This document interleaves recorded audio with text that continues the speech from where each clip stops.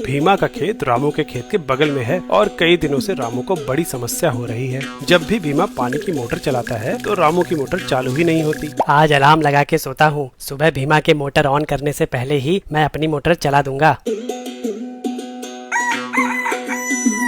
लेकिन रामू सुबह उठा तो देखा कि भीमा की मोटर पहले से ही ऑन थी। रामू को बड़ा गुस्सा आया। उसने अपने मैकेनिक दोस्त हरी को बुलाया। कुछ ऐसा कर कि भीमा की मोटर ऑन हो या ना हो, मेरी मोटर चल जाए।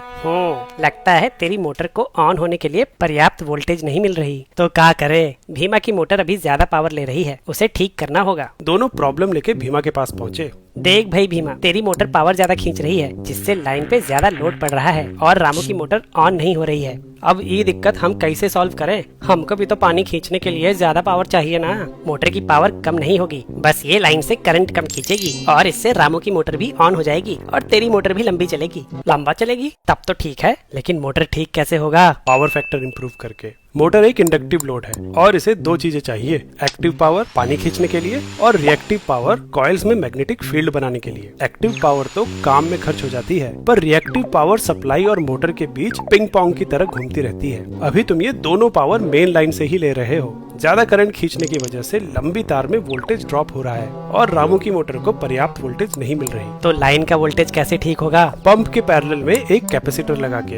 इंडक्टर में करंट वोल्टेज से थोड़ा पीछे चलता है, वहीं कैपेसिटर में थोड़ा आगे। इसका मतलब जब इंडक्टर को मैग्नेटिक फील्ड बनाने के लिए करंट चाहिए होता है, ठीक उसी वक्त कैपेसिटर अपना स्टोर्ड चार्ज रिलीज कर देता है, जिससे इंडक्टर को जरूरत का करंट मिल जाता है। इसलिए मेन लाइन से एक्स्ट्रा करंट खींचने की जरूरत नहीं पड़ती। अगर ऐसा है तो कैपेसिटर के पैसे आधे आधे हम दोनों दे देते हैं। अरे आधे आधे का है, तुम्हारी भी तो मोटर लंबी चलेगी ना। ऐसा करो, तुम पूरे पैसे दो। हमार समझ में तो अभी भी नहीं आया कि हमारी मोटर लंबी कैसे चलेगी। क्या तुम बता सकते हो? पावर फैक्टर इम्प्रूव करने से मोटर लंबी क्यों चलेगी? एसी सर्किट में जो पावर काम करती है उसे एक्टिव पावर कहते हैं, जैसे कि बल्ब का जलना, गीजर का गर्म होना, पंखे का घूमना।